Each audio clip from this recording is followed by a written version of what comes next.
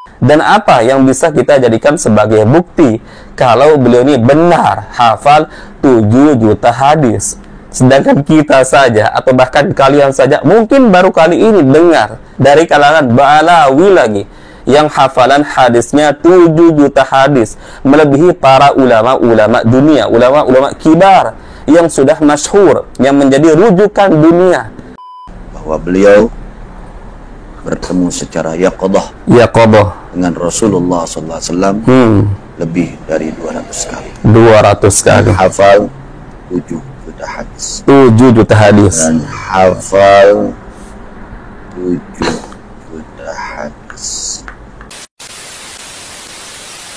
Assalamualaikum warahmatullahi wabarakatuh. Bertemu lagi di channel Nasrus Sunnah. Di video sebelumnya, teman-teman, saya mereaksi satu Habib yang saya katakan pendusta karena mengatakan Rasulullah di dalam kuburannya menangis setiap hari Senin dan Kamis setelah mendapatkan laporan dari malaikat terkait bagaimana kondisi amalan dari umatnya.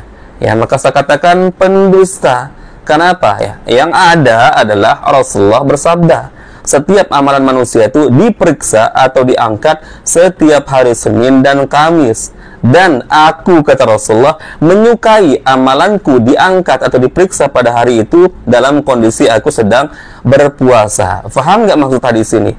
Artinya amalan Rasulullah juga bersama amalan hamba-hamba yang lain, manusia yang lain, teman-teman, sama-sama diangkat pada hari Senin dan Kamis, sama-sama diperiksa, ya.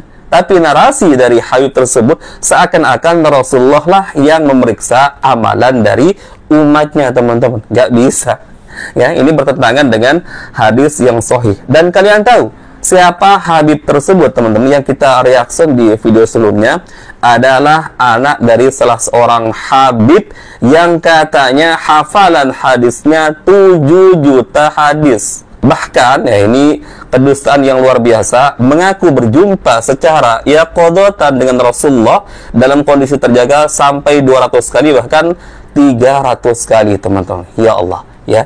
Tapi kita lihat bagaimana anaknya yang kemarin di video sebelumnya, teman-teman, itu hadis apa yang dia bawakan. Itu kan jelas-jelas hadis karangan sendiri. Katanya orang tuanya adalah seorang penghafal hadis sampai 7 juta hadis. Tapi lihat anaknya sendiri nggak tahu mana hadis sahih, mana hadis dhaif, ujung-ujungnya ngarang sendiri, teman-teman, ya. Coba sekarang kita simak ini pernyataan dari Habib mungkin atau mukibinnya, teman-teman, menyebutkan bahwa Habib tersebut, ayah dari Habib yang kita reaksi sebelumnya, menghafal 7 juta hadis. Ini kalah Imam Ahmad, teman-teman, Imam Syafi'i, kalah Imam Bukhari. Baik, nanti kita komentari, teman-teman. Kita simak videonya dulu. Bahwa beliau bertemu secara yaqadah dengan Rasulullah SAW lebih dari 200 kali. 200 kali. Hafal 7 juta hadis. 7 juta hadis. Dan hafal 7 juta hadis. La haula wala quwwata illa billah. Luar biasa, ya. Hafal 7 juta hadis, teman-teman. Ini kalah Imam Ahmad, kalah Imam Syafi'i, kalah Imam Bukhari, Imam Muslim, teman-teman, ya. Imam Bukhari saja disebutkan oleh para ulama, ya, kurang lebih hafalan hadisnya 200.000 hadis. Dan sebagai bukti, ya, beliau benar seorang penghafal hadis handal, ya, ada kitab-kitab karyanya, teman-teman, yang fenomenal, ya, digunakan di setiap sekolah-sekolah Islam, ya, bahkan bukan hanya di pondok pesantren biasa, universitas kelas dunia seperti Universitas Islam Madinah, Ummul Qura, kemudian Al-Azhar, dan yang lain, teman-teman, ya. Dan dunia mengakui. Kemudian Imam Ahmad bin Hanbal, ya, yang disebutkan oleh para ulama, ada yang mengatakan 700.000 hadis hafalan beliau, ada yang mengatakan sampai 1 juta hadis. Itu pun plus sanad dan matanya, teman-teman, ya, perawi-perawinya, mata rantainya beliau hafal. Dan buktinya ada karya ilmiahnya yang fenomenal seperti Musnad Imam Ahmad, teman-teman. Kemudian Imam Syafi'i, ya, dengan karya ilmiahnya seperti Al-Um, ya. Kemudian, ya, Imam Malik, Al-Muwatta, kalau tidak salah, teman-teman, dan para ulama yang lain. Nah, sekarang ini Habib tersebut yang sebutkan yang hafalan 7 juta hadis, siapa yang mengakui? lalu diberi gelar misalkan Al-Hafidh, teman-teman, karena Al-Hafidh itu gelar bagi orang yang hafal 100.000 hadis. Berarti beliau ini harusnya gelarnya apa, teman-teman? Ya, lebih daripada Al-Hafidh, teman-teman. Ya, ini 7 juta hadis, bayangkan. Tapi kita nggak pernah dengar satupun ya karya ilmiahnya yang fenomenal. Ya, mungkin ada karya tulisnya, teman-teman, kitab, tapi apakah kitab beliau ini dijadikan sebagai rujukan dunia? Karena enggak, teman-teman. Bahkan ya, sekali lagi saya katakan, mungkin saya atau bahkan kalian juga baru pertama kali ini mendengar ada orang Indonesia hafal sampai 7 juta hadis, mengalahkan para ulama-ulama yang sudah kita dengar namanya, teman-teman, masyhur, yang kita sama-sama sepakat, teman-teman, baik orang NU, Muhammadiyah, Salafi, Persis, yang mengakui tentang Imam Syafi'i, ya, Imam Ahmad bin Hanbal, Imam Bukhari, Imam Muslim, kedalaman ilmunya, teman-teman. Dan bahkan, nah ini ada video yang kedua, teman-teman. Pernah sebenarnya saya reaction ini, Habib tersebut yang katanya hafal 7 juta hadis itu pernah ya mengeluarkan kata yang luar biasa bagi saya, kurang ajar. Ya, jadi Habib tersebut pernah mengatakan, sebenarnya yang pantas menjadi muridku ini bukan kamu, wahai Hasan. Jadi murid Habib ini adalah salah seorang Habib yang sudah meninggal dunia, Habib Hasan bin Ja'far, teman-teman. Katanya, kamu nggak pantas sebenarnya menjadi muridku. Yang pantas menjadi muridku adalah Imam Syafi'i, Imam Ahmad bin Hanbal, Imam Malik, katanya. Ya Allah, coba kita simak videonya ya. Saya aja dibilang begini, ente nggak pantas ya Hasan jadi murid saya. Yang pantas jadi murid saya Imam Syafi'i, Imam Syafi'i, Imam Hanafi, Imam Hanafi, Imam Malik. Imam Malik. Siapa yang berani ngomong seperti ini kalau beliau bukan orang besar? Dan ini adalah khawarigul adat. Itu yang namanya fikih dari A sampai Z, Syafi'i, Hambali, Hanafi, Maliki sudah dihafal semuanya. Yes. Sehingga pada umur 50 tahun beliau sudah dijuluki Al-Hafidh, Al-Musnid, Al-Kutub, Al-Doktor, Sayyidina wa Maulana Profesor Dr. Al-Habib Abdullah bin Abdul Qadir bin Ahmad Al-Faqih radhiyallahu anhu. Jadi ternyata Pak Habib Hasan yang sudah meninggal dunia ini salah satu murid dari Habib yang dikatakan hafal 7 juta hadis tersebut, teman-teman. Lalu Pak Habib Hasan tadi ada ya pernyataannya yang mengatakan, siapa yang berani ngomong seperti ini? Ya, yang nggak ada orang berani ngomong seperti ini kalau bukan pendusta. Ya, ini pendusta jelas, teman-teman. Ya, makanya untuk cara membuktikannya, teman-teman, kalau hanya sekedar ngomong seperti ini, ya semua orang juga bisa. Misalkan nih, saya mengatakan ustadz saya, guru saya hafal hadisnya 8 juta. Ayo, mau bilang apa? Ya, mau bilang apa? Lebih-lebih kalau misalkan ustadz saya itu, guru saya itu sudah meninggal dunia. Misalkan ada orang yang bilang, bagaimana cara membuktikannya? Ya nggak bisa dibuktikan, sudah meninggal dunia. Ya sama seperti ini juga, teman-teman. Kalau kita misalkan minta ya pembuktiannya, ada misalkan orang yang mengetes hafalannya ini benar atau tidak, misalkan hafalannya sampai 7 juta, teman-teman. Ya dia akan menjawab, gimana mau dites? Orang sudah meninggal dunia.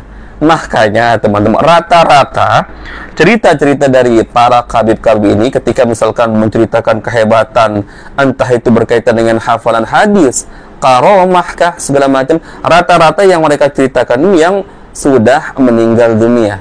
Ya, karena apa? Ya agar kita misalkan minta pembuktian ya terkait misalkan hafalan hadisnya yang sebegitu banyak, coba kita tes. Ya mereka akan gampang membuat alasan sudah meninggal dunia. Ya, sudah meninggal dunia. Coba sebutkan sekarang Habib-Habib yang hidup di zaman sekarang ini. Misalkan siapa? Bahar Smith, misalkan, atau Habib Umar Al-Hafidh, misalkan. Sebutkan ya, benar nggak hafalan hadisnya misalkan sampai 200.000, 300.000? Kan gampang untuk kita uji, teman-temannya. Makanya ya saya katakan, teman-teman ya, kalau hanya sekedar ya ngomong seperti ini ya semua orang juga bisa. Ya hanya klaim-klaim saja, teman-teman.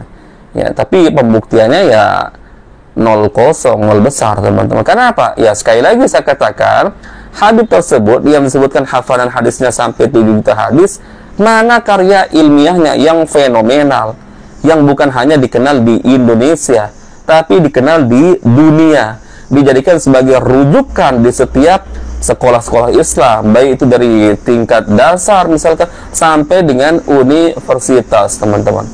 Tapi kalau kitab-kitab para ulama seperti Imam Bukhari, Imam Muslim, Ibnu Taimiyah rahimahullah, bahkan kitab-kitab karangan dari Syalbani, teman-teman, dipakai di seluruh dunia, teman-teman. Makanya cukup aneh, teman-teman, saya memperhatikan di negeri kita ini ada satu kelompok atau satu klan yang paling kalau bicara itu terkait leluhur-leluhur mereka, junjungan-junjungan mereka, ya paling pede, ya, entah itu dari segi karomah, dari segi bacaan Al-Quran, dari segi hafalan hadis, sampai ada yang katanya ya satu rakaat saja Habib Fulan ini menghatamkan Al-Quran. Bayangkan, satu rakaat sholat saja hatam Al-Quran 30 juz. Ini kan cerita-cerita dari mereka semua, teman-teman. Ya, kita banyak perbedaan dengan NU misalkan atau kelompok-kelompok lain. Tapi agak jarang saya dengarkan cerita yang sebegini menohoknya, teman-teman, kecuali dari para kabib-kabib ini. Makanya teman-teman, terkadang saya lebih fokus mereaksi video-video dari para kabib-kabib ini dibandingkan saya mereaksi misalkan dari ya kelompok NU misalkan. Kenapa? Di video-video awal saya juga sebenarnya sudah pernah membahas masalah bid'ah, masalah maulidan. Makanya saya jarang mengulangi, teman-teman. Karena itu kan pembahasan sebenarnya ya berulang-ulang terus. Ya, tapi dari para kabib-kabib ini yang saya perhatikan, teman-teman, selalu muncul statement-statement, cerita-cerita baru. Ya, jadi nggak sama antara video yang satu, pernyataan yang satu dengan pernyataan yang lain, selalu bermunculan, teman-teman, yang baru. Meskipun misalkan seputar karomah, tapi karomahnya ya beda-beda dan betul-betul di luar nurul dan bertentangan dengan Al-Quran, bahkan mengalahkan mukjizat para nabi, para rasul. Makanya terkadang saya lebih fokus mereaksi video-video dari mereka, teman-teman, ya, meskipun terkadang ya saya selingi juga misalkan ya mereaksi tentang maulid nabi yang ada joget-joget TikTok, kemudian apa ya, tawasul di kuburan segala macam, itu kan sebenarnya sudah pernah semua saya reaksi. Makanya saya jarang mengulangi, teman-teman. Saya lebih fokus ke ya dakwah-dakwah baru ini yang jarang orang bahas, teman-teman, terutama penyimpangan, teman-teman, dalam masalah akidah. Ya, kita jumpai dari para kabib-kabib ini bukan hanya sekedar doktrin, teman-teman, ya, tapi doktrin mereka ini isinya ya penyimpangan terhadap masalah akidah, ya, meyakini ada Habib yang bisa mengusir malaikat mungkar wa nakir, kemudian meyakini bahwa orang yang sudah mati dari kalangan mereka, dari kalangan para kabib, katanya sudah puluhan tahun meninggal dunia, ketika digali kuburannya duduk di atas kursi emas sedang membaca Al-Quran. Ini kan perkara akidah semua, teman-teman, ya, bertentangan. Baik, mungkin itu saja, teman-teman, yang bisa kita share di video kali ini. Semoga ada manfaatnya.